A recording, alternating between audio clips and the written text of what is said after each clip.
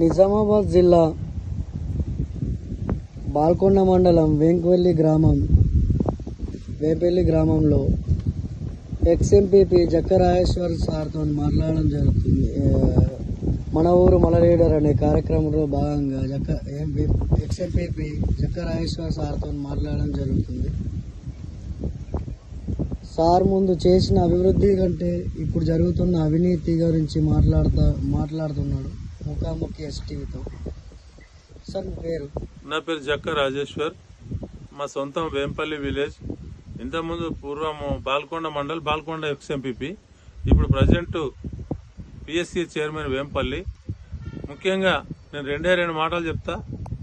గతంలో 2014లో మాయా మాటలు చెప్పి కవిత గారు ఎంపీ అయినరు.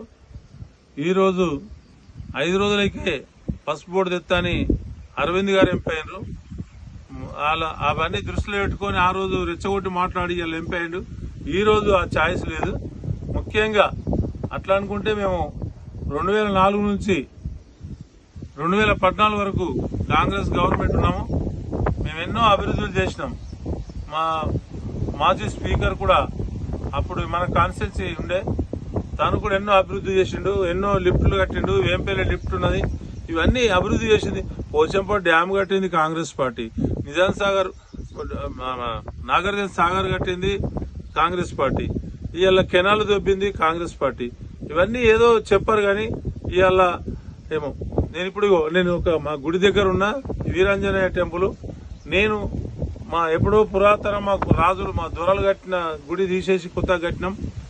కానీ దేవుడు గుండెలుండాలో, దేవుడు గుళ్ళుండాలో, మనకు ప్రేమ, దేవుడి మీద ప్రేమ గుండెలు ఉండాలి.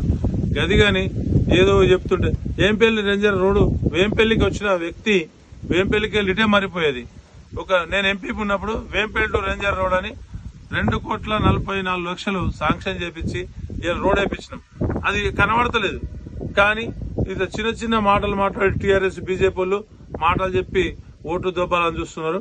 దయచేసి మీరు గుర్తుంచుకోండి.